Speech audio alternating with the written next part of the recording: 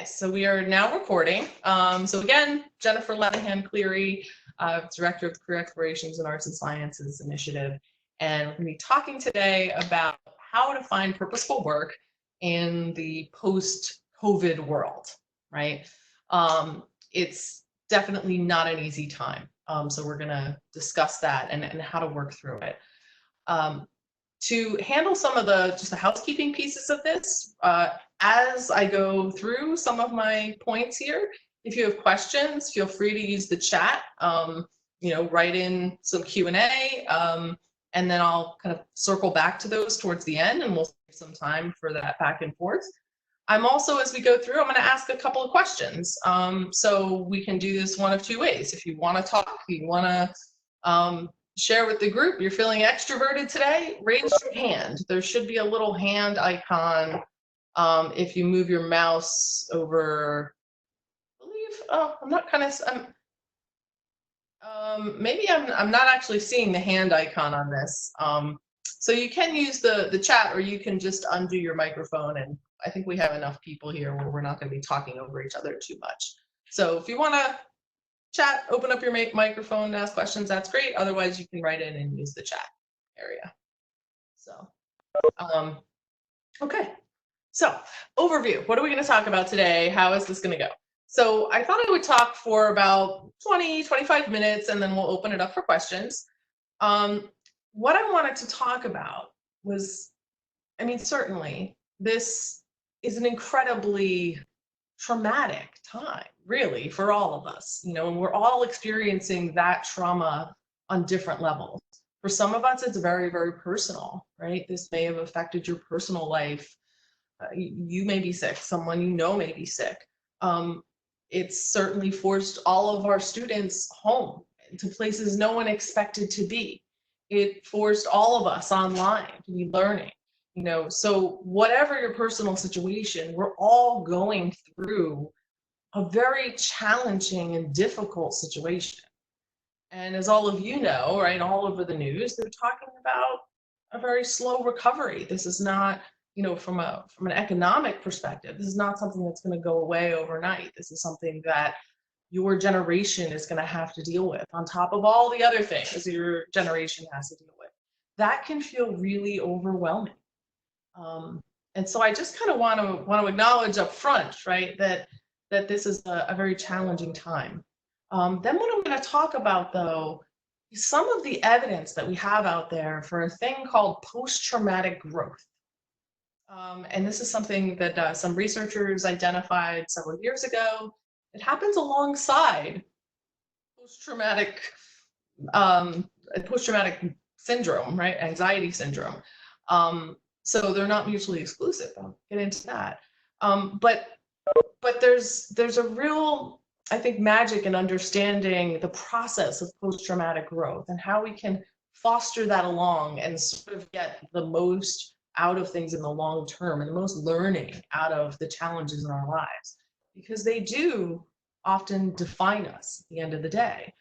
And then I want to get into talking about how philosophy in particular, especially when you combine that with a basic understanding of the job market, how the job market actually works, and some of the key trends that are going on in the job market, when you combine that with an understanding of how careers develop, right? All of these two things, philosophy, understanding the job market, and understanding how careers really develop, can help you to maximize that growth from this challenging time.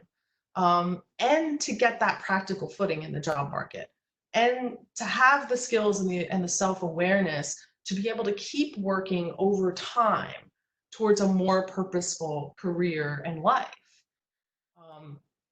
So now I wanted to kind of get to know you a little bit, get to know you all a little bit.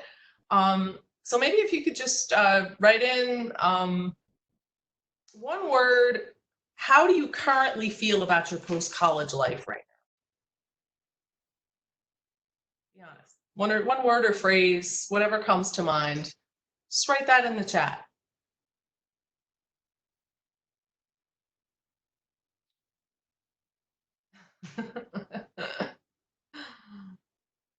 Okay. Nerve-sighted. I like that one. That's new words. Foreboding, mundane. Yeah, that's a big one. That's what I remember feeling that way myself. I actually graduated into a recession myself, but I think my biggest fear was not getting a job. It was this idea that work was going to feel like some giant expanse of gray boringness for the rest of my life. Right? Especially I think when you're interested in the humanities, when you're interested in things like philosophy, whether you're majoring in it or you're just taking a few classes or you're just in this club, um, you're probably somebody who really enjoys the life of the mind.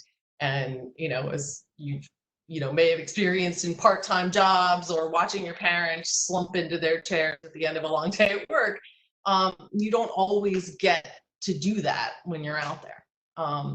But I can tell you from some personal experience and lots of experience from lots of alumni that it is not a big, long, gray expanse of boring. Boring is not the word I would use to describe it. Some of you have, put in more about uncertainty, foreboding, comatose, yeah, right? Lack of motivation or this sense of impending doom, right? We're all surrounded by this weighty negativity right now. But now let's turn the channel a little bit. You're all here because philosophy is something that you share in common. So what's one word or phrase that describes how you feel when you are learning something new in philosophy?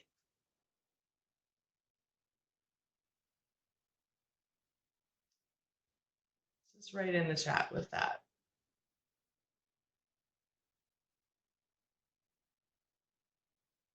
Excited, aroused, stimulated, excited, right? Oh, snap. Okay. That's okay. I know everyone's on the spot here, right? And it's hard to get those words out immediately. But there's a noticeable change in tone, right? And it's, your brains get really excited and those synapses start firing. Well, the key to finding a purposeful career is basically stumbling over lots of moments like that throughout your life and your career and having the confidence to latch onto those opportunities as best as you can and keep following them for as long as they last, right? And that's how many careers actually evolve. That's how many lives actually evolve over time. So let's talk a little bit about this idea of post-traumatic growth. So a couple of researchers came up with this theory, Tedeschi and Calhoun, and it was after observing many people in their psychological practice. And I was a psychology major, so you'll notice a little bit of that social science bent with me. That they noticed all of these people who had experienced all sorts of different types of traumas would, at some point after the difficult time, after processing it, after going through the really dark period, would emerge transformed. Right? Now, of course, there's lots of literature out there on PTSD, post-traumatic stress disorder, too. Right? So all the negative stuff that comes from that. And that's a lot of what we're experiencing right now. It's not post-traumatic stress disorder, it's just traumatic stress disorder we're all going through. And there's some recent research that shows that these things coexist, right? It's not one or the other. But at the end of the day, we come out of these things transformed. We are different people. And one of the studies I was looking at, the one that looked at how they were coexisting, looked at all these different dimensions that people feel transformed around. And I thought there were some interesting commonalities to them. Personal strength, right? Do you feel stronger or weaker as a result of what happened to you? Often both on different subtle levels, right? Relating to others. You relate to people differently. new possibilities, right? You see new possibilities in your life emerge that weren't visible to you before you experienced this. Appreciation of life and spiritual and existential changes, those really deep things. And all of this kind of converges to show that big challenges like this have a tendency to put the focus on the meaning of life, right? Where people who are running around, going to work, doing their stuff, bringing the kids back and forth, are now focused on, whoa, what's the meaning of my life? What am I going to do? What if my job just stopped? What if my job is totally transformed? What if I have a job now and I don't know if I'll have it in the future? Wow, things are different for my kids. My whole life has changed around, right? So everybody on some level is a little bit more focused on these deeper questions that philosophers, people who are interested in philosophy, are focusing on all the time. So one good thing that's coming out of this for people who enjoy studying philosophy is, I think it really shows that in the, once we sort of deal with our own personal, mourning, our own personal challenges that we're going through in this time, the ways that you're training yourself to think in college are going to be very useful in this new world we're going into. Because one thing we do know, whether it's, family life or health and social life and how we interact or work, things are going to be very different on the other side of this than they were when we went in. We're all talking about getting back to normal. I can predict with some confidence that normal is not going to look like it did in January, right? That we're going to have a new normal. We're going to have new types of jobs, that there's going to be a lot more remote work. There's going to be a lot more automation going on. I study work. That's what I do. So I'm a little focused on that. But in people's personal lives, will we be using more or less of this Zoom technology? Are we going to be all sick of it and never want to text or talk via video chat again when we get through all this? Or are we going to improve these technologies? Are we going to do something different? We don't know exactly what's going to come out of it, but we do know that we're all going to be transformed as a society and as individuals, right? And as philosophers, people who think about philosophy, you're going to have a role in contributing not only to your own personal development of this new, what is the meaning of my life in this new reality, but also in society's transition. There are going to be people out there in business, in academia, in civic life, who are going to be craving new solutions, and they're going to be looking to the younger generation for those solutions. And they're especially going to be looking to the younger generation that's come through some of the world's top research universities like Rutgers. We're in the top 100, the world's research universities. Rutgers has an incredible reputation. The philosophy department at Rutgers has an incredible reputation, right? So you have a certain amount of value just sort of going out there.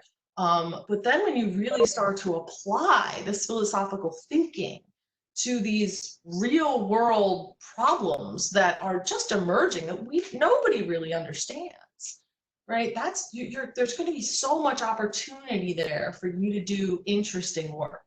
It may not involve sitting in a library and reading authors and doing exactly the kinds of work that you're doing in academia, but it very much will involve the type of thinking and problem solving that you most likely enjoy doing as you go through this process. So let's talk a little bit about, I picked up this book, right, a little basic for all of you here, but I don't know if you can see this, but it's the 6 Questions of Socrates, a modern day journey of discovery through the world of philosophy. And this guy, Christopher Phillips.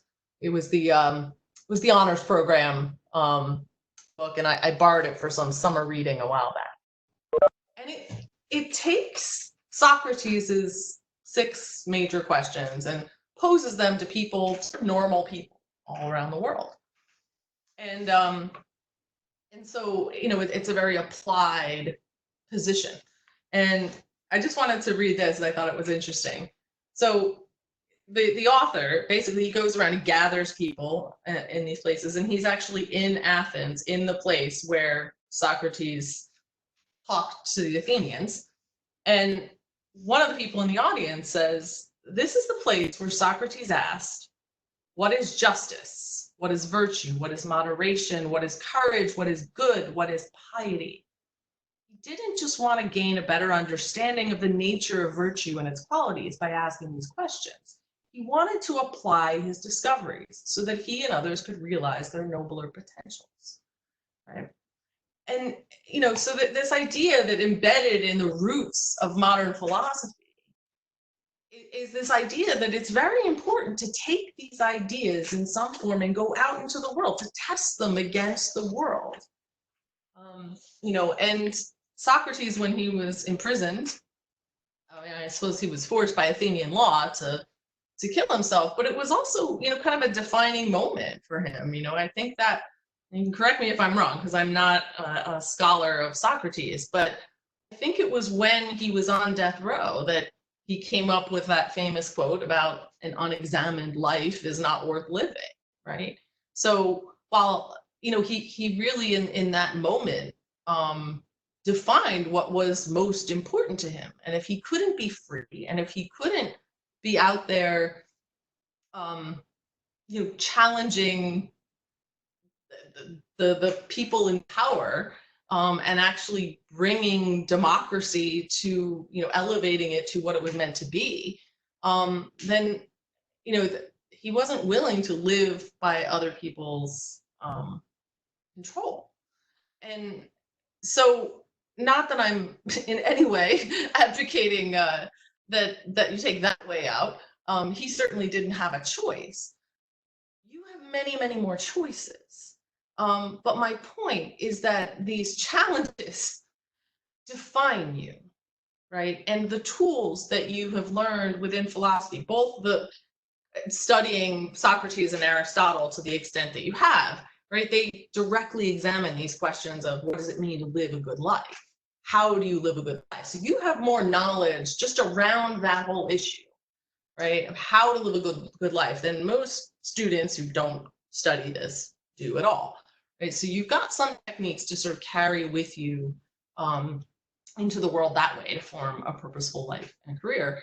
But you're still going to need to reflect on what this means for you. And more importantly, you're going to need to reflect on what these ideals, right? What is virtue? What is justice?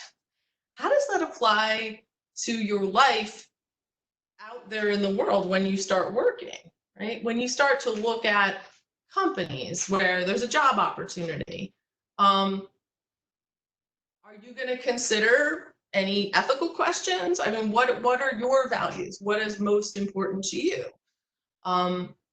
Because even in a challenging economy, it's really important to define what it is you want out of your next opportunity, and to think about your values and what's important to you and what makes for meaningful work.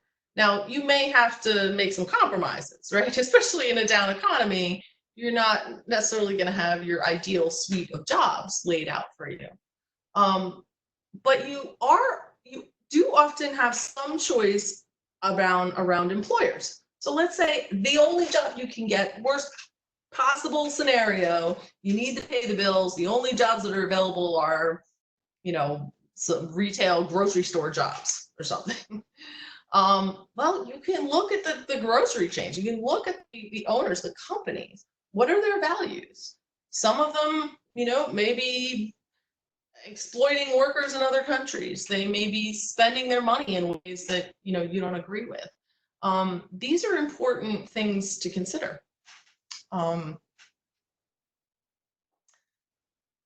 Okay. All right. Someone was correcting me on, we don't have any actual quotes from Socrates, but yeah, Plato made it all up. So I guess we don't know. So maybe that was a quote from Plato, not Socrates. So thank you for the information. So getting back to this, I think the point is that whether it was Plato or Socrates or Aristotle, they talked a lot about values and purpose and what it means to live a meaningful life. So that content is content that you can directly apply to your own life, but you just need to test it against real world situations that you're in, right? So when you face moral dilemmas, when you face choices in, employment, or not taking a job, taking one job over another, right? These are things to consider. These test your values to some degree. And we all have to make compromises. I think every philosopher realized that while they set these ideals, no human is ever able to reach them all because we have to interact with the world. The other important piece that you get from philosophy, from studying philosophy at Rutgers, though, is a set of skills, very practical skills that you can carry out there into the world. Beyond the ability to define your own values, Rutgers has a very logic-based program, right? I often say that when I came back to Rutgers to work here after being in alum, I told myself that I would do something, take a class that I always wanted to take but never did as an undergraduate. I went and signed up for a 400 level epistemology class with Peter Klein. Don't recommend that if you've never taken an entry level philosophy class. Okay, when I walked in, it seemed like he was writing formulas on the board. And it occurred to me, philosophy actually approaches math much more than any other humanities discipline. If you had a wheel of all of the academic disciplines, right, philosophy and math would actually be pressed up next to each other, because philosophy does with words what math does with numbers, right? It applies a very strict set of logic to them, and that allows you to carry ideas out into abstraction. That set of skills, whether developed in mathematics or developed within the discipline of philosophy, is highly valued in lots of different fields. And it's the underlying skill set that allows people to be successful in fields. I mean, one of the most common things like law, right? Lots of people go on to law school, medicine. The philosophy majors, I think, are more likely to go on to graduate school than any other majors. But aside from that, finance and IT are some of the biggest industries in New York, New Jersey area. There are also two industries that are less affected by a lot of the changes around COVID. And they're affected, but it's more people doing remote work, right? Now, your eyes may be glazing over. IT, finance, that's not what I signed up for, right? I want to be a philosophy professor or something else.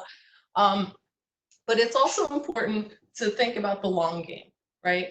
So certainly if that really is, against, what you believe, what you want to do, you can look elsewhere. There are still going to be opportunities in lots of little pockets all over the job market. You can still look at nonprofits. You can still look at within academia. Lots of people, what biggest employer for Rutgers students? Rutgers. So although I would say higher ed, probably not the best place to be looking for a job in the near future. It's going to be one of the places contracting the most. So what I did for 15 years before this was study the job market. So essentially, if you're concerned about paying the bills, paying off debt, getting out of your parents' basement, and that's your number one priority when you graduate, look at high growth, high volume job fields where work can be done remotely. And within those, you're going to find a pretty high demand for the skills that philosophy builds. Excellent writing skills, very difficult to find these days, and highly valued in nearly every field, okay? Analytical skills. Even if you have never touched Excel or Tableau or any of these data analysis tools, if you spend a summer learning them, you will kick ass if you have a strong base in philosophy, because you have the underlying fundamental skills to pick that stuff up well. Same thing goes for computer programming, right? And then think about, so these are things that give you value, that allow you to latch on. But then you might want to think about, how do you want to apply these skills? What problems in the world do you want to apply these types of skills to? So just about every type of nonprofit, every type of business I can think of requires somebody with a high level of analytical thinking, and analytical skills. And those tend to be the higher paying jobs within a lot of industries. Without experience, you may not start there, but this is where you can go, right? So I want you to see that even though all of our opportunities are going to be contracted in the near term as this economy recovers, and you may not start in a job that you enjoy, because of the skills you have and because of the reflective capacity that you have to think about what's important to you, you have the fundamental skills to navigate this journey towards purposeful work over time. So, so those are kind of the main points that I wanted to make with you all, and then I'd love to open it up for questions. So, and I'll just say quick background, just to give you some boundaries in terms of questions I probably can and cannot answer. I was an alumni, graduated in 1992 with a psychology degree. I worked in social work for the first 10 years of my career, working with people with disabilities. So I directly applied my degree. I went and did that thing, right? But then I became interested in issues of economic inequality, and I just needed to get off the front lines. So I ended up getting into research. I got a job as a research assistant here at Rutgers at the Heldrich Center for Workforce Development. That allowed me to study the economy, which jobs, industries growing and shrinking. I also would talk with hundreds of employers in lots of different industries to understand what they look for when they hire college graduates. I still currently try to do that a lot. I'm constantly talking with recruiters and people who work in lots of different industries, alumni, to understand how their careers actually progress, how they get from point A to point B, and also talking to employers to understand what it is they're looking for, what changes they're making to their businesses, et cetera. So, so anything either related to the little talk I did, or just questions in general about the job market, and et cetera, I'm open. So,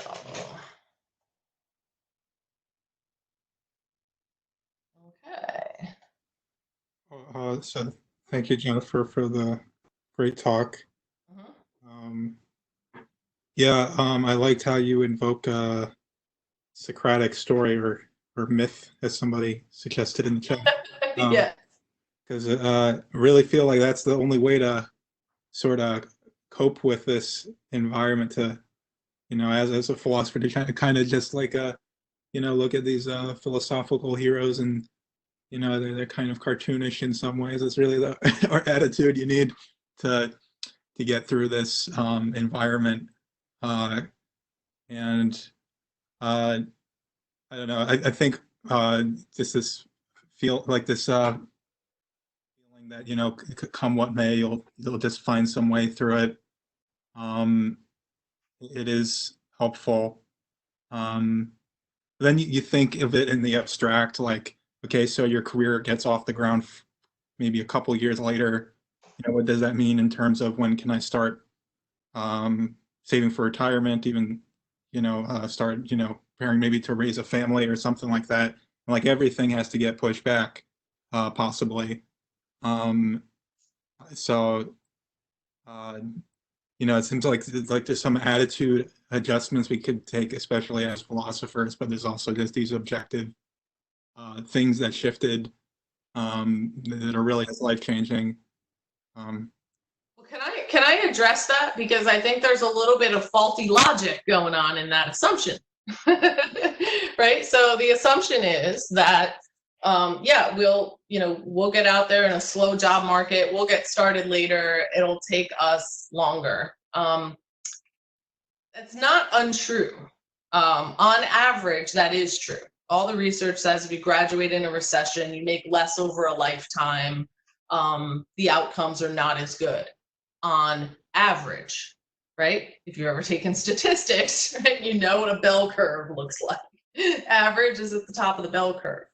You don't have to be average.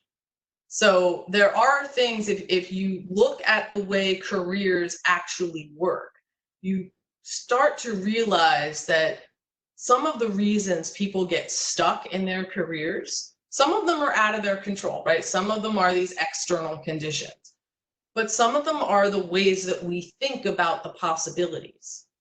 And because most people go into it thinking that this is linear, that the only way you move in a career is kind of in a straight line,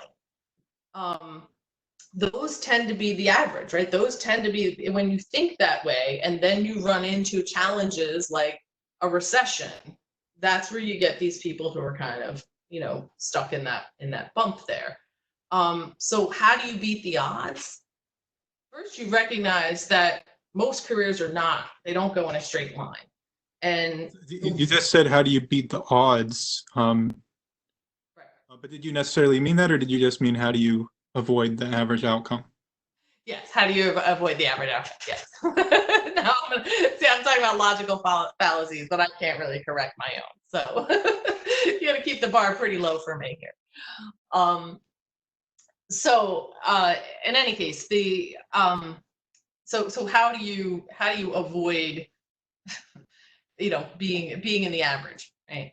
So first of all, it's recognizing that the way that a lot of successful careers work, and just a lot of careers in general, is it's not very linear. Because whether it's by chance, like let's say you get a job, right? And you get a promotion, you kind of stay in the same industry because this is either where you started or what you majored in. This is your path. You start, you move up. Then you get laid off, right? You're down. Or you quit or something happens, maybe life change, right? You're now off that track. If you think my only possible way to get back on track is to get back on that same track, right?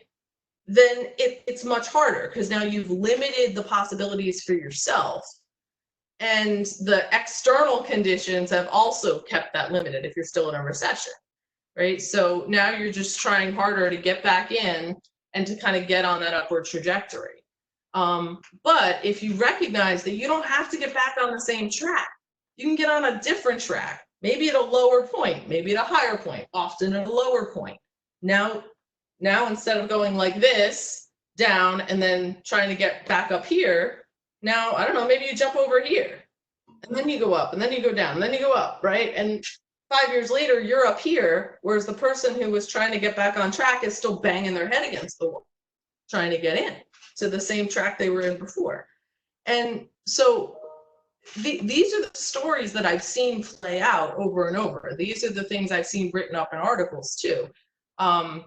In terms of the ways that people are able to escape some of those averages, is to recognize that you do have a certain amount of control over your direction, that direction doesn't have to be linear, and that often making it not linear is what helps you advance more over time. And here's a real world example. It was actually an alum who just did a talk last week. He was a political science and dance major. Most people think, oh, I've got to choose one or the other, right? Well, you can do everything over time. He actually did a little bit of everything. He started off actually with the political career. He went to Washington. He was working for senator's office. Then he got interested in, I think it was media next. And he just thought it was really interesting. After he rose, on that one track, for 3 or 4 jobs, he got really interested in how politics was covered in the media. Really wanted to get into the media. The only foothold he could get was as a page at NBC. Okay, it's practically working for free. So he took a big risk. He essentially quit this lucrative, upwardly mobile Washington political career to pursue this new interest, and he started as a page. They hired him. They said, he asked him, I said, why'd you hire me? I don't have any experience. Because you're the first one to say yes, right? So raise your hand, show enthusiasm, can get you in the door. And then he was a page for 6 months. Then he became, some kind of an assistant producer, and he quickly rose, right? His enthusiasm and his interest, allowed him to rise more quickly. He's now the director of Vice News on the Vice News Network. And he also has pursued his dance career, and he's danced at Carnegie Hall. So he's sort of done it all. And I had that experience myself. I worked in social work. I could only earn, I was getting emotionally burnt out. I was financially strapped. I needed a totally different track. I went and took a job at a hospital, hated it. It was terrible. I got fired. And then through networking, it's actually the best thing that ever happened to me to get fired from that job. Through networking, I got recommended for the research position at Rutgers. Never would have thought that's what I wanted to do. Ended up loving it, and finding a whole lot of purpose in it. And that led to a whole upward trajectory, much bigger salary, much better opportunities than I would have had I stayed in social work. But then 15 years later, I was bored. I was doing research, had done it for 15 years. I was just bored. I was dead inside, going to work every day. So I had to make a choice. I ended up taking another job at Rutgers that paid about $25,000 less, and was, I was a senior researcher, and I went back down to some coordinator of something or other for a master's program. It was a hard decision to make, but 3 years later, I got into this position. I'm making more money than I did when I was in research, and I'm doing something I really, really enjoy doing. Right? So careers are not linear. Don't box yourself in to that thinking, and focus on what you can control. Don't be afraid to make leaps forward, sideways, backwards to pursue the opportunities that you see. So anyway, so that was a very long answer to that. Thank you. That question.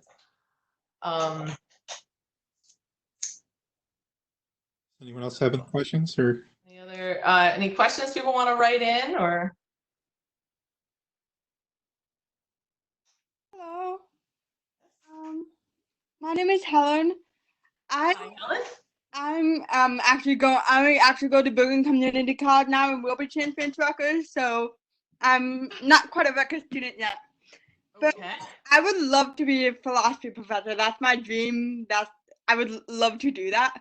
But realistically, I know the statistics are, terrible. Most philosophy professors at adjunct positions, making terrible pay, below the poverty line without health insurance and everything. So how would you balance that? How would you say, I really want to do this, but I understand realistically it doesn't make sense. So what would you say with that dilemma? So I think often, we have an idea in our heads about what it's like to be a certain thing. And we're asked from the time we're 5, right? What do you want to be when you grow up? And that's defined as some type of a profession or an occupation. So I would think more deeply about why you want to be a philosophy professor. What is it about what you do when you're studying philosophy, learning philosophy, writing about philosophy, when you're engaged somehow in this interest of yours? Really examine, what are you doing when you're feeling most engaged? Is it when you're writing a paper? Is it when you're learning about new ideas? At what point in that process are those neurons firing most? Because that will give you clues as to what's underneath all of that, right? Because a lot of people, when they say they want to be philosophy professors, they enjoy reading the philosophy and learning, bringing it all in, right? but they're not necessarily thinking about the process of, the publish or perish, the writing, right? You've got to write original research, very long papers, lots of solitary time, and not just solitary time doing what you would like to do, right? It's it's got to be focused, and you committed to that idea 6 months ago. You've got to continue that, get that article written, get that published, right? And that takes away a lot of creative freedom. You've got to go to committee meetings. You've got to go, you've got to do a lot of things as a professor that most people didn't bargain on doing when they thought about being a philosophy professor. So it can help to kind of reflect on the individual pieces of that are important to you. And then what you end up doing is you start to look for opportunities out there in the world to apply similar things, right? So if you enjoy the writing process, there are lots of jobs that are going to give you that require intense writing. I mean, the job I had in research, I spent a lot of time going out, gathering facts, thinking about them, thinking about how to tell a story about them, and writing long reports, that had to, both be understandable to people in a short summary and then also provide all of this evidence. I found I enjoyed pursuing truth. And I happened to find a job in public policy that allowed me to do that. Now, did I have any interest in workforce development before I got into this? No, not at all, right? But I did enjoy the idea of research. I did enjoy the idea of gathering information and writing a lot and spending a lot of time, in a room doing that, and then also telling a story, having some time to present to people. So break it down into the components, the elements, and I think you'll, over time, as you see more, right? Because you also haven't been exposed to a lot of other professions or jobs out there. No one when they're 5 thinks that they want to be a director of operations at some company nobody's ever heard of. But there are philosophy majors out there who are directors of operations who thought they wanted to be professors, who not only did they end up there, but some of them are happy. I'm not saying everybody, but the thing I find amazing when I talk to alumni and that I've experienced myself is how often people end up in jobs that they would have laughed at as an undergraduate. I said the one thing I never wanted to do was teach. I thought research was boring when I was an undergrad. It was the part of psychology I hated. I just wanted to read about interesting cases all day. So allow yourself time to grow too. That your taste will develop. Some of the music you like now is different than what you liked 10 years ago. Foods you like now may be different than what you liked 10 years ago. Well, jobs you like 10 years from now may be different than what you think you like now. Be flexible. I'd just like to add that the undergraduate program at philosophy is actually quite a good opportunity to figure out if you're going to like some of those ancillary things. Now, you don't do most of the stuff a professor does, but you do some of those things at perhaps a lower level. You do some very intense research projects. You might take a couple graduate courses. You might be on the Arate journal. And these are all things that are similar in form, what you might do later down in a career. You review your peers' papers, So it's kind of like a taste at a lower level of what you end up doing in philosophy. And you'll find out if you like it. And I think a lot of people do find it enjoyable. I think a lot of people do like dwelling in that life. But you just need to find out for yourself if you're one of those people. Thank you so much. Yes, exactly.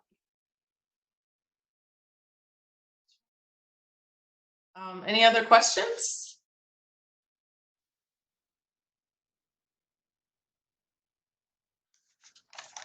Okay. Yeah, maybe I'll just mention sort of a couple of tips.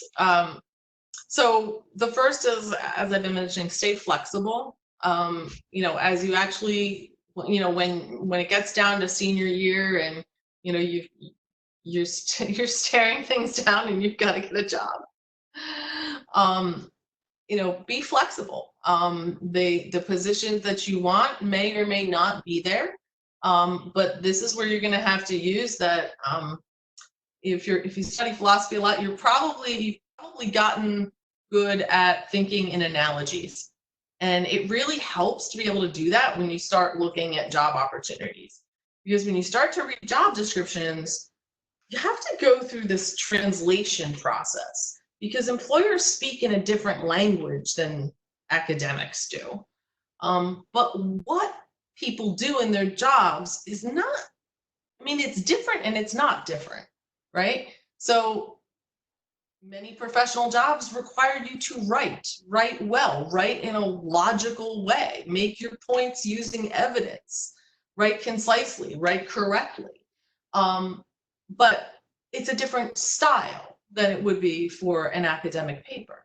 So, so you'll need to identify these parallels. So writing is the common element. The style of writing may be a little bit different.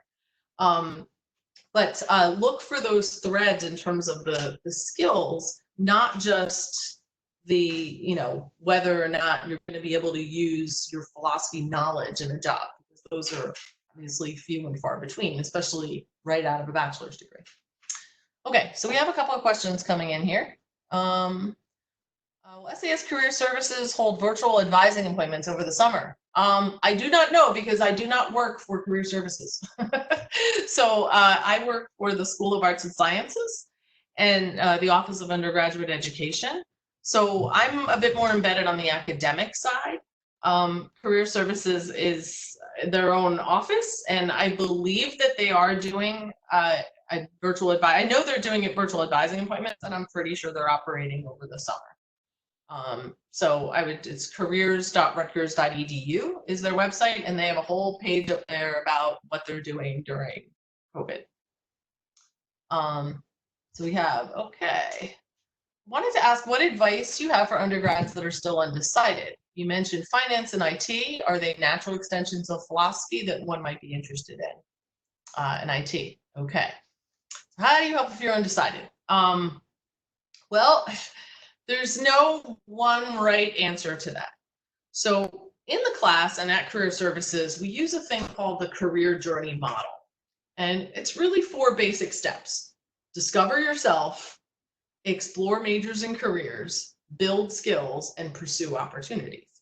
So that first step is the discover yourself, right? As we discussed earlier, philosophy sets you up fairly well to do that, right? You're constantly being asked to reflect on, especially if you pursue moral philosophy, your own values, your own ethics, what's important to you. Now, the thing it may not ask you to do, but that you should be thinking about doing, is reflect on what your strengths are. So this is getting back to when you really break down what is it about your experience in philosophy that you enjoy the most, that gets your brain the most excited. Is it when you're writing? Is it when you're talking in a classroom? Is it what's going on? That will give you clues to what your strengths are. Where do you get your best grades? Take a look at, and look at it, from the point of view of what I call the employer top 10, these career readiness skills that every employer says that they want, right? Writing, basically communication, written and oral communication, critical thinking skills, problem solving skills, project management skills. Have you ever gotten involved in a project? Say running a club, right? You're organizing people. Daniel, this better be on your resume, right? You are organizing people. You are, identifying content. You're communicating with presenters. You've got all of these organizational and project management skills that should be a strength for you. So you want to be thinking about both within your academics and also in your extracurricular activities and your jobs, what are the things that you're good at and that you get positive feedback from other people about? Those are your strengths. So that's the discover yourself piece. And then the exploring, right? So you've, maybe you're exploring majors, you're probably exploring careers. There's a whole lot to choose from on either one of those things. And that can get really overwhelming. And I think that the challenge that a lot of people of philosophy and social sciences face is that because you're analytical, it's very easy to overanalyze. It's very easy to think that this is a problem you can think your way out of. Or to go by the old trope that, oh, just follow your passion, right? Well, no, passion isn't something that hits most people like a bolt of lightning while they're sitting on the couch.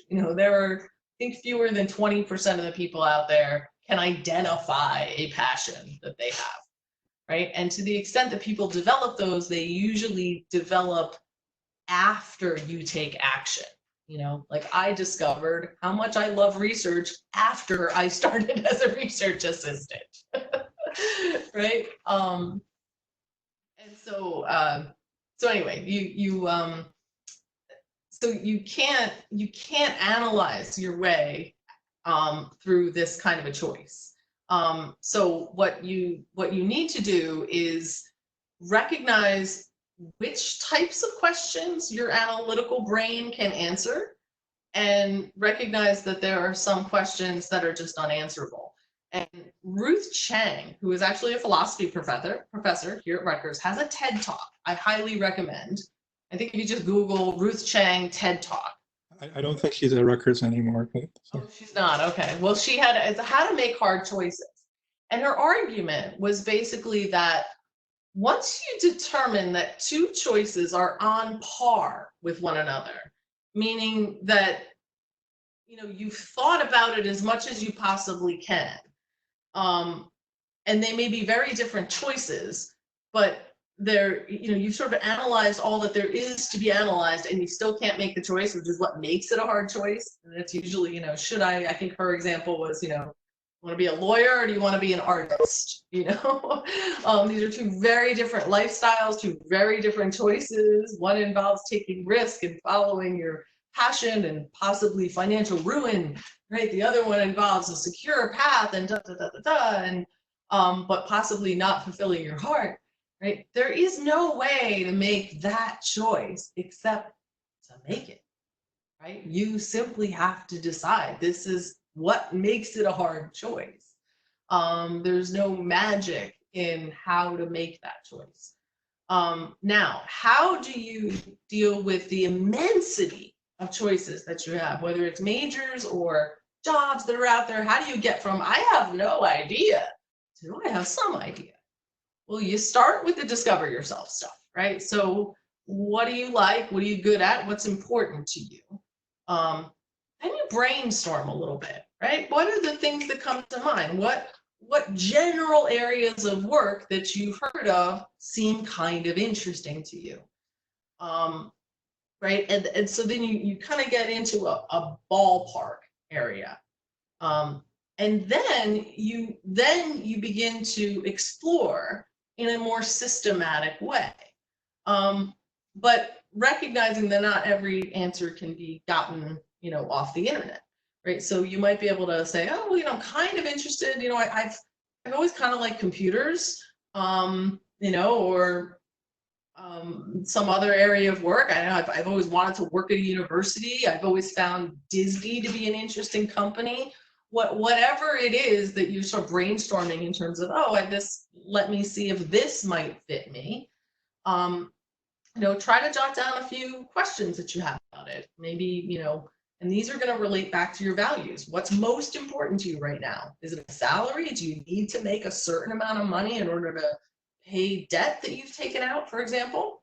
Or maybe money is less important to you, and maybe you just, need to make enough, to meet some other smaller basics.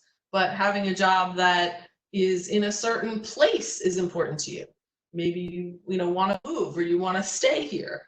You want to be near somebody, right? And so at the end of the day, you know, that discovering yourself process is going to help you to define some of those criteria, what's most important to you.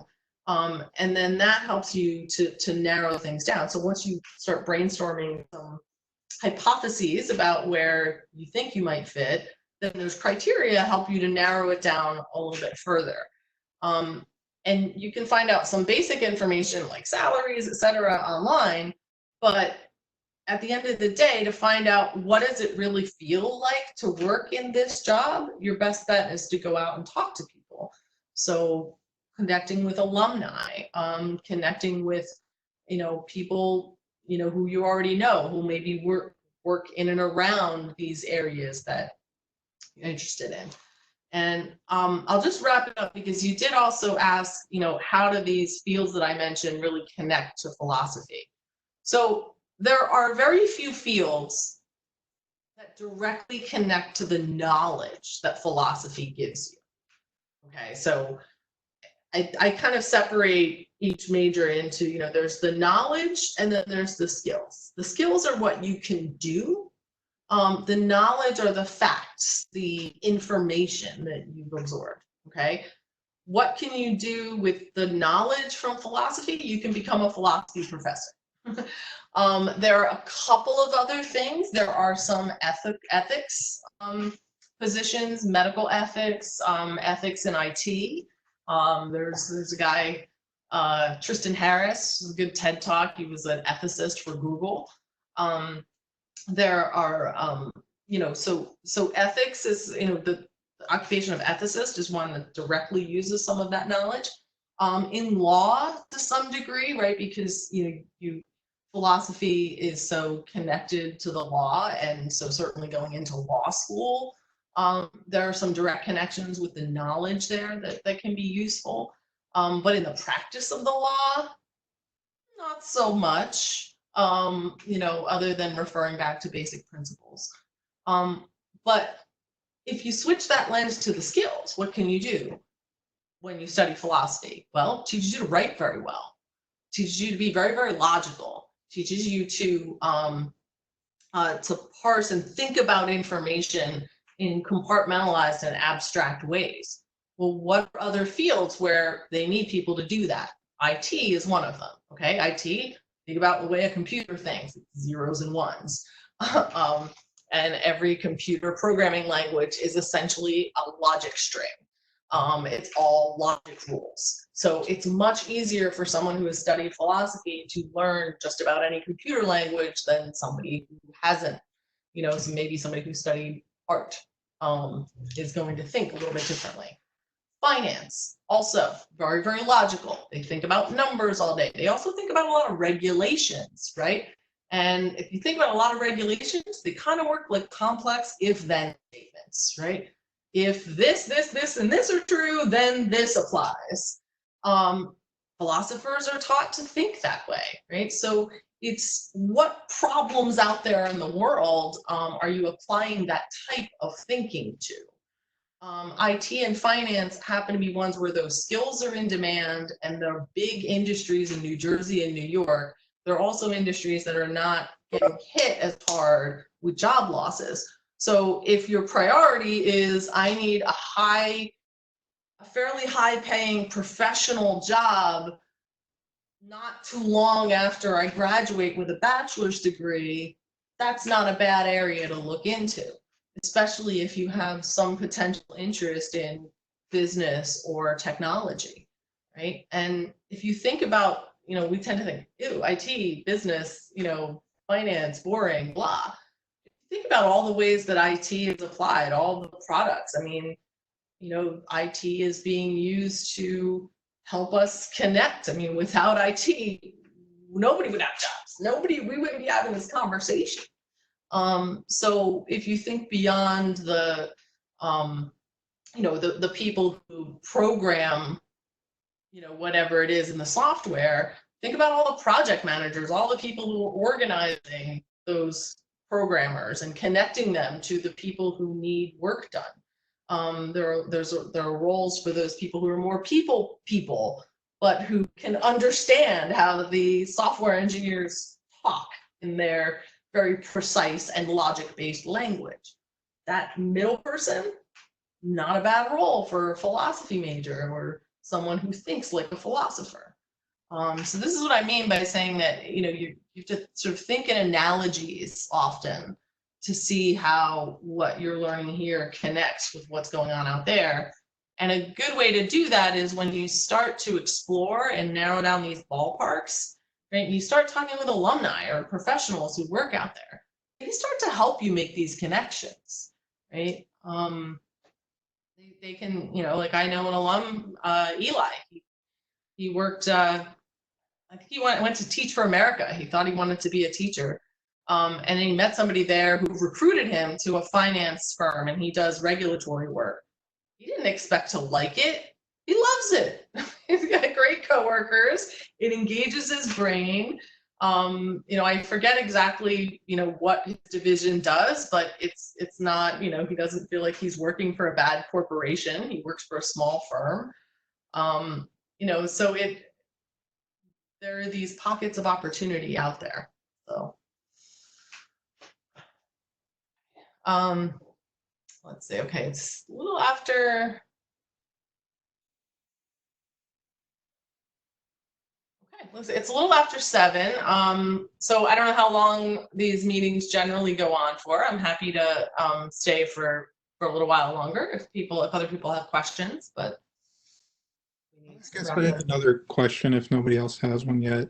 Just want to know your general thoughts on undertaking debt at a time like this, maybe to get a master's degree or a vocational degree. Like, is that something that is too risky right now?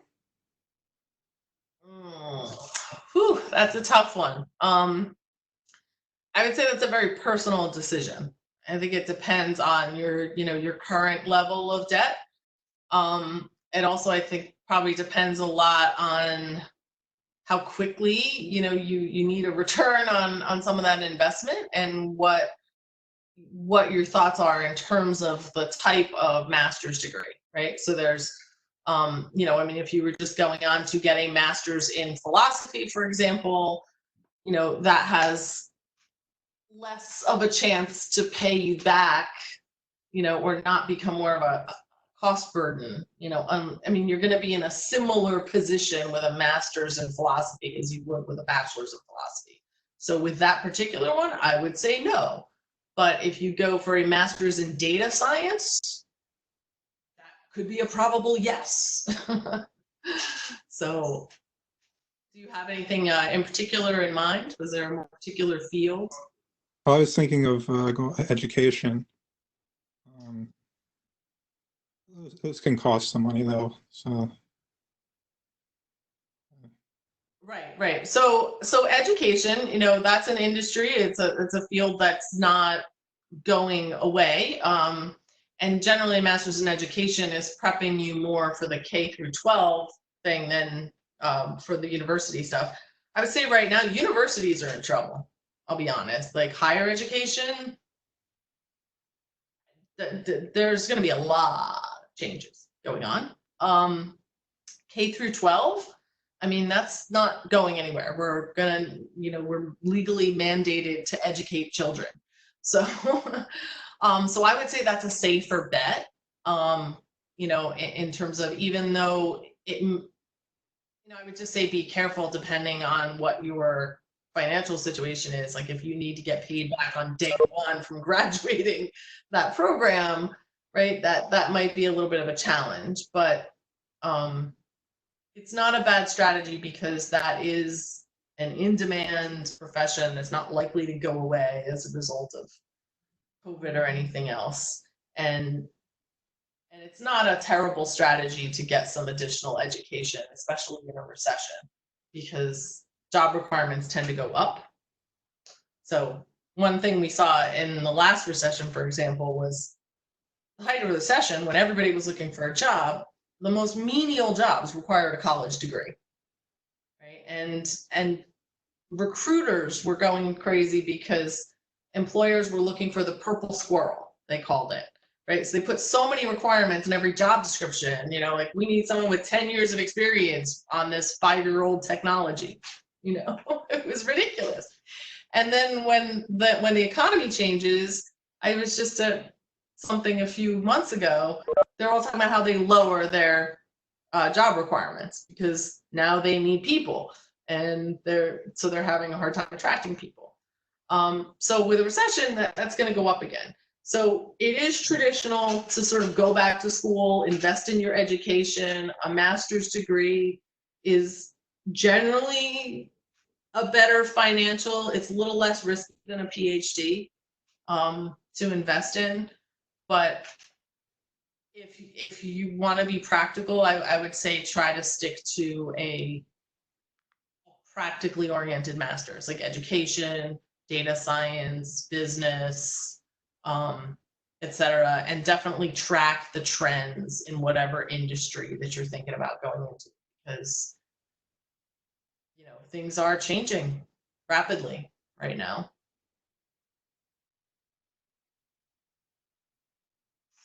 Let me see. So it's actually really nice. We have another question here. It's really nice to hear about stories of people who haven't been able to fulfill their original plans of action yet and are still able to find meaning in their work.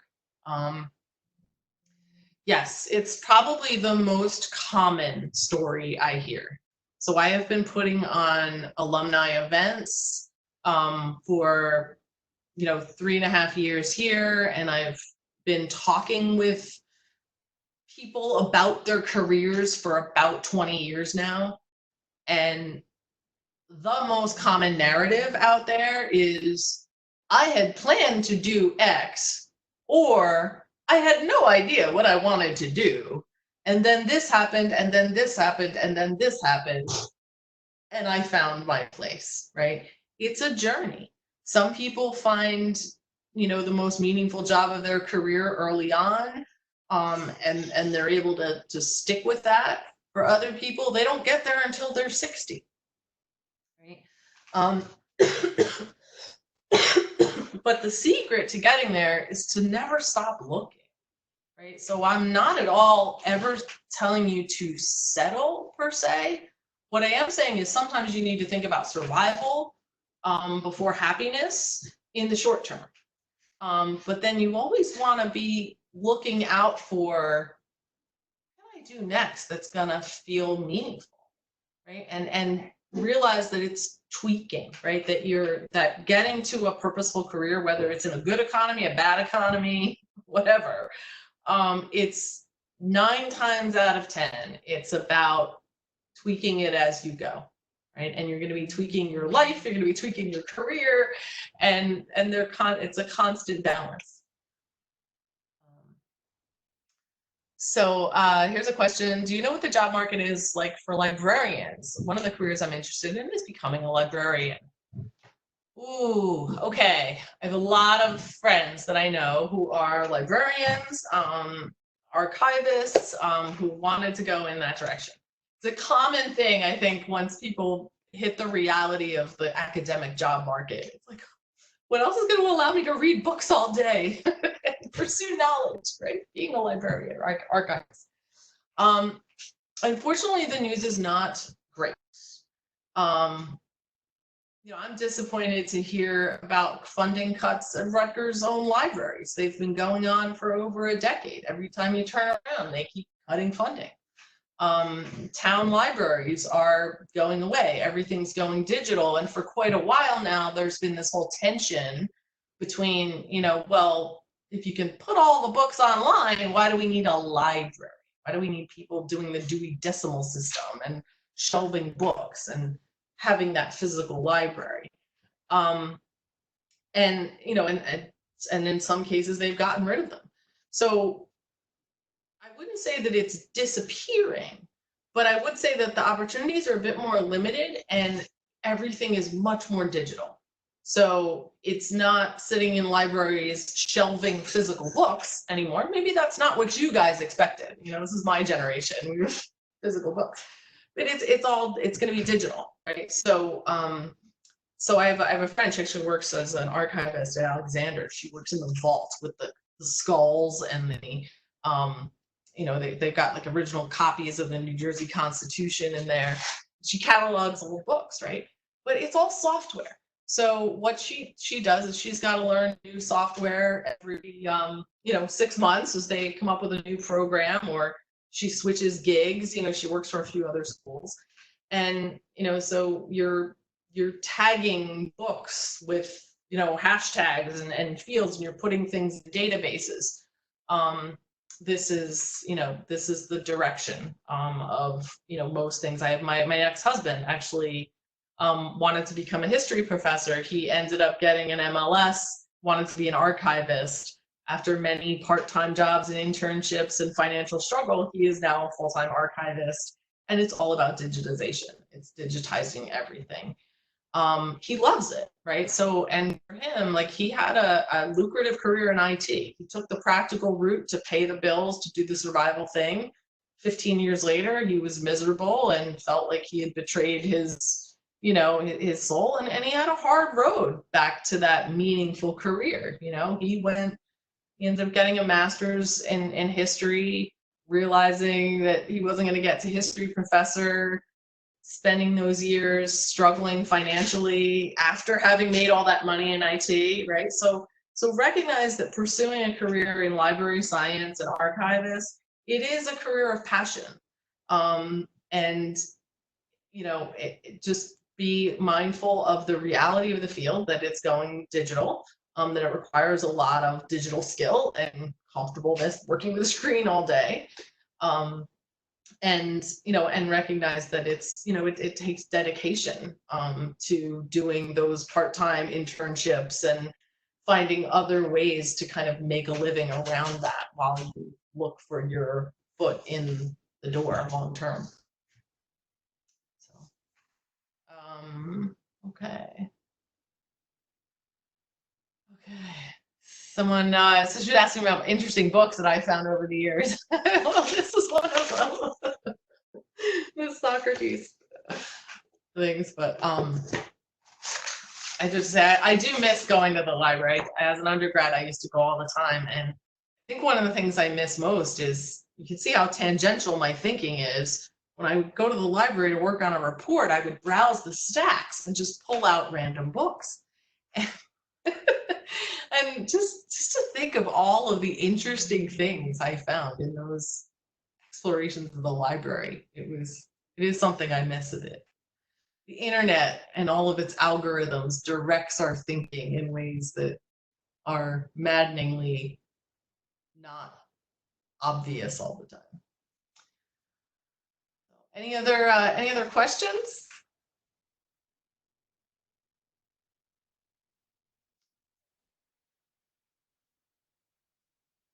Oh, okay. Yeah, big one here. Currently on a medical track, to preface. Personally, I'm unsure as to how to take initiative with all this going on. I've applied to multiple research positions, but with the way things are looking, it does not look like it will pan out within the next year. Do you have any tips on how to distinguish myself or other applicants in the digital medium? For example, I'm considering taking a more active role in digital clubs or college groups. So yeah, motivation. Let's address that first. You're not alone. Just about everybody is feeling like, it's like walking through molasses, trying to get motivated to do the things that we know we should do, the things everyone's telling us we should do. And give yourself a break. That's okay. We are all going through a bit of a trauma here. And that, it's going to take time to process some of that emotion. So give yourself a little bit of a break and break down the actions that you take into smaller bits. So you don't have to get out 50 applications in a week. You never really should be doing that anyway. It's quality over quantity, in my opinion. But right, so ramp down the goals. Don't put as much pressure on yourself, but focus on personal connections. The way to distinguish yourself, whether you want to go into research or any position, and this is especially true if you want to work in more creative positions. If you don't want to go for the most numerous jobs that are out there, it's making the personal connections. It's networking, and this probably strikes fear into the heart of most of you, right? I hated that word. I still hate that word. So don't use that word. think of it as finding people you click with professionally. And a good way to do this, we actually just, one of the webinars we did, I think I should suggest you all go watch it. I'll circulate it with this, because it actually featured a student and one of my favorite alumni. This guy, Calvin, he's an alumni, 70 years old. He dedicated himself to LinkedIn and to Rutgers. And he spends 4 hours a day reaching out to all the Rutgers alumni he can find. I don't recommend that you do that. I'm not saying, I just said you should set small goals, right? Not 4 hours a day on LinkedIn. But lessons he learned that are important. About 1 out of 10 people he reached out to responds. Okay, so you've got to be persistent. Don't take not getting a response when you first reach out to people as nobody wants to talk to me. There are lots of alumni out there who want to help Rutgers students. He's also found, a lot of people love to give advice, and that the people he does connect with really do want to help Rutgers students. The thing is, nobody wants to be asked for a job, and you don't really want to ask people for a job because it feels smarmy and gross, right? So don't be that person. So the way to network is go on LinkedIn or go on, there's a thing called Student Alumni Career Connect. It's an internal site. You can get it on Handshake. And it's a site where alumni have signed up because they want to mentor you. I'll warn you though, it's not used as often, so you may actually get more crickets on that than you would if you just go on LinkedIn. You go on LinkedIn, go to the Rutgers University page. And on the left, you're going to see a button for alumni. That's going to pull up all sorts of information. You'll now see these charts and tables that are going to show you what they studied, where they live, where they worked. You can narrow it down, let's say, to philosophy majors or to medical, to research in this case, right? For people who work in research. And now it's going to give you a list of all these alumni organized, if you have a LinkedIn account, by the people you were already connected with first, and then the people who are connected to them. Look at their profiles. Find people who stimulate some genuine interest for you, right? Maybe they were involved in a similar club. Maybe they're doing something now that you want to know more about. You want to know, what is it really like to do that thing, right? And reach out and ask that question. Don't reach out and ask for a job. Don't reach out and just say, hey, I'm Joe, I want to network, right? Because that doesn't give the person much to respond to. But if you reach out and you say, hi, I'm a Rutgers student and I'm really interested in, exploring, what it's like to work in research positions. I'm potentially, I'm going into the medical field and I just want to learn more about the day-to-day and what it's like. Would you have 10 minutes to talk with me about this? And, and really focus on, points of common interest, and follow up with the people you like. Don't just make this about, like, I've got to find a job. And if you do that often and early, it will lead to more opportunities in the long run. It's just that the magic of it is that you can't really go in there with that intent. And most students, I think, well, I'm not going to network unless it's worth my time. But then if you wait until you need a job and then you go in and you're asking people for a job, then it just doesn't go right? It's not fun for you. It's not fun for them. So just get curious and connect with people because, hey, you share a similar hobby, you went to the same high school, you shared the same major, right? And then see where things bubble up from there on their own. So that, and other ways to distinguish yourself. Taking, you're asking specifically about taking on a more active role in digital clubs or college groups. Yes. So if you have a specific job target in mind and you are looking at the job descriptions, you have to do that gap analysis, right? What are your strengths? Where do you have some experience? Where do you lack any kind of experience? One good way to get experience when you start to find gaps is through clubs, is through volunteering. This student, freshman year student, first year student, who actually had connected with this guy, Calvin, my 70-year-old alumni friend on LinkedIn. He's interested in digital marketing. Well, he's talking to Calvin. Calvin tells him about these webinars that I'm running, and he offers to redesign flyers and help us spread the word. Calvin calls me, says, you've got to talk to this student. So now I'm talking to this student. He ended up redesigning the flyers and sending this thing out and helping us with the digital marketing. I didn't have an internship available. I wish I could have paid him, but you know what? If he needs a job, if he needs any kind of a recommendation, if there is any way that I can help him connect to his next opportunity, I will do so, and so will Calvin, right? So stepping up like that, offering your services, looking for opportunities to just do the things that you are interested in doing, wherever they may pop up, is what's going to differentiate you. Because while it's okay to sit back and acknowledge that you don't have the motivation to do a lot now, strategically thinking, I'm just going to sit this out and then jump back in when everything gets back online, is going to put you behind. So give yourself a break, set small goals, but take continuous action towards doing that outreach, making more connections with real people and alumni in fields of interest, and also working on that resume, right? How are you talking about your skills? Are you using the same language as the employer? Because what they're looking for is fit. They're not looking for the perfect candidate, the 4.0, the, has all the skills, all the things, right? A lot of times that's a turnoff to employers because it looks like you're just a credential grabber. You've never faced, a challenge. When they see people who are taking lots of initiative, who are seeking out new opportunities, who are going off the map a little bit, and who are staying, sort of constantly seeking, that tends to, convey a better fit than being the perfect candidate.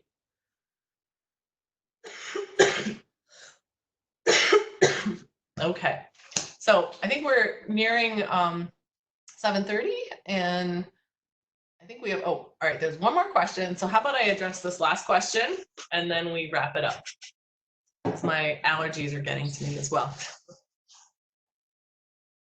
Okay, thank you. My husband just brought me some water. So we have the last question here.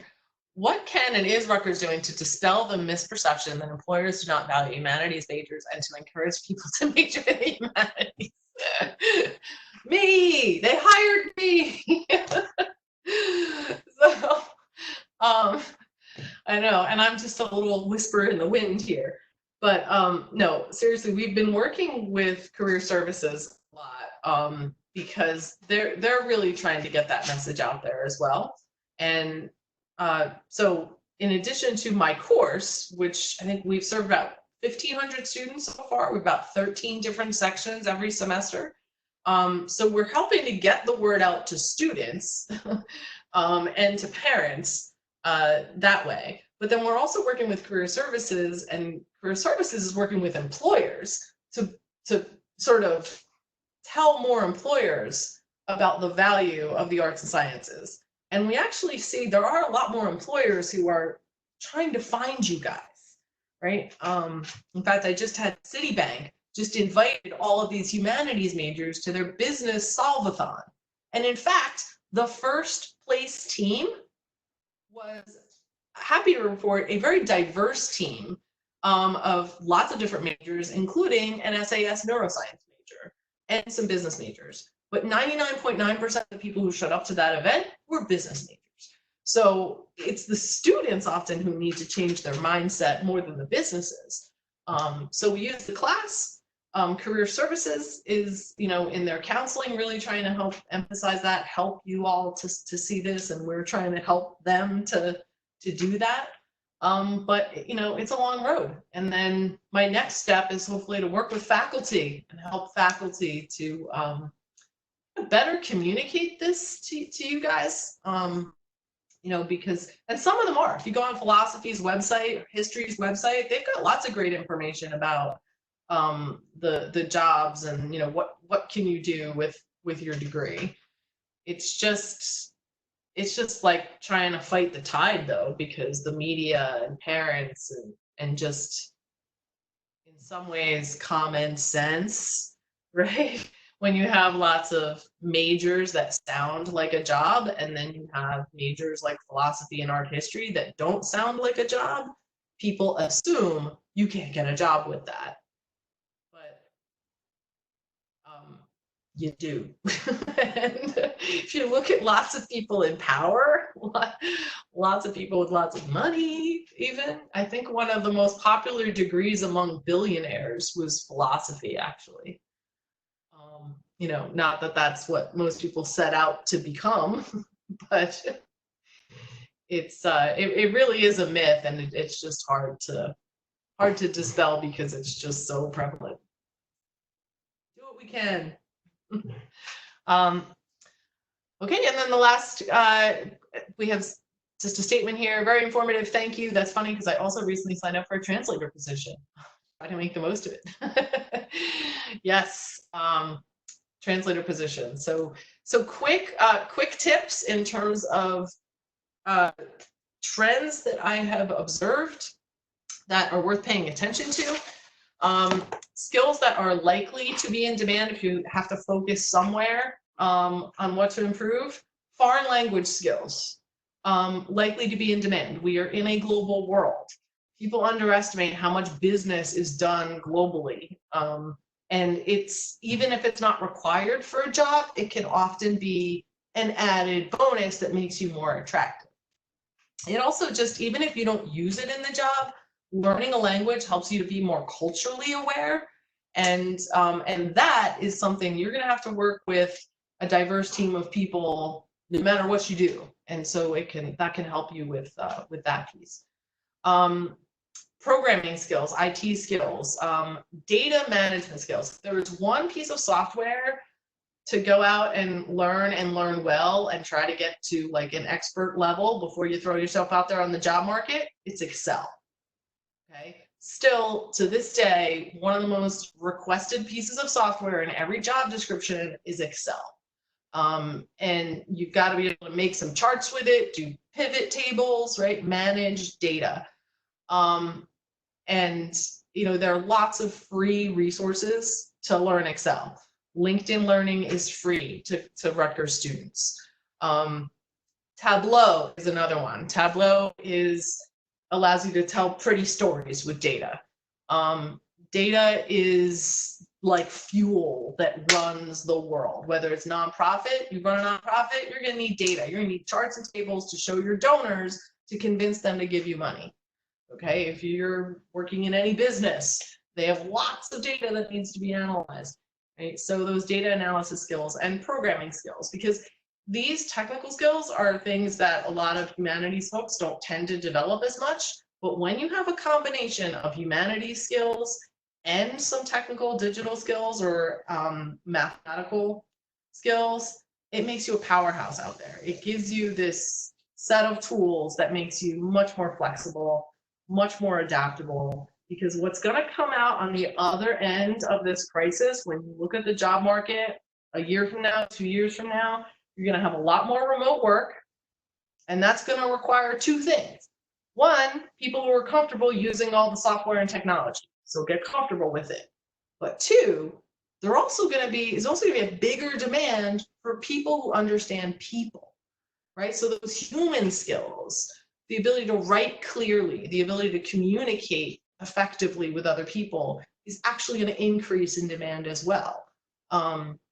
Because when we get out of this, even when the virus goes away, a lot of employers are going to realize they're paying rent for no reason, and people were pretty productive at home, and they already have the technology. So the remote is going to be here to stay in a lot of places. Artificial intelligence also going to ramp up. Employers are going to realize that employees are risky investments. You get sick, just shut businesses down. If everything runs with robots and AI, it's a lot cheaper for them. This is going to bring up big public policy issues. So prepare to get more civically engaged, prepare to be more aware of and engaged in the big picture decision making that's going to shape your future. Et cetera. And, and also learn something about artificial intelligence, because as things transition, there's still going to be a need for these people who understand how that technology works. And as things get more and more automated, there's going to be an increase in the need for those human skills. So you guys are actually pretty well positioned for the long term in an automated future. But right now we're in this like hybrid space. So you want to get into a hybrid space. If your strength is writing and more on the soft skills side, then go to the library. Alexandra Library has a whole digital humanities program. LinkedIn Learning has lots of discrete skill programs you can learn that will enhance your digital side. And and if you're on the other side, you're great with the technology and need to strengthen the writing, the communication, the presentation, the teamwork, find opportunities to do that as well. Okay. All right, Jennifer, thank you so much for coming today. This was a joy. Definitely learned a lot today. Thanks everyone for coming. Was there anything you want to say before we leave today? Oh, just keep your head up. The transition from college to the rest of your life is one of the hardest transitions we all have to make. And, it's very difficult for people who think deep like you all do about the meaning of life and finding purpose, right? You're not the hard charging, we're just here to get an education for a job and get out of here and get a job, right? You want to think more deeply about things. So it's going to be challenging. And it's going to be more challenging because of COVID. But that doesn't mean all is lost. Okay? Just remember to stay focused on the long run. Remember to stay flexible. Remember to value what you've gotten here. Remember that you are starting off with some higher baseline value because you're coming out of Rutgers, and Rutgers is a good school. And that you do have skills to offer despite misconception that people do not value humanities majors. You are valued. Just have confidence in that, push forward, be flexible, and keep working on how you present yourself and how you translate who you are to whatever audience you're trying to reach with the opportunities that come across your path. All right, thank you very much, everybody, and have a great night, and thank you for having me, and good luck out there. And I'm also happy to meet one-on-one, with anybody who wants more advice. So feel free to share my email, and happy to chat. Okay, thank you so much. So for everyone who's still here, I'll just mention this was the last event of the year. So I'm not really the president anymore, so go ask Azilda if you have any questions about the future of the club. But I just want to thank you all for the amazing year. You guys made it. You made the year for the Philosophy Club, so thanks so much. Yeah, if you're going to be here at Rutgers, have a great year next year, and have a good night. All right. Connect me on LinkedIn too. Have a good night, everyone. Thanks for coming, Scott. See you later. Bye, Mike. Okay, good night, guys. Thanks, Dan. Great job. Bye-bye.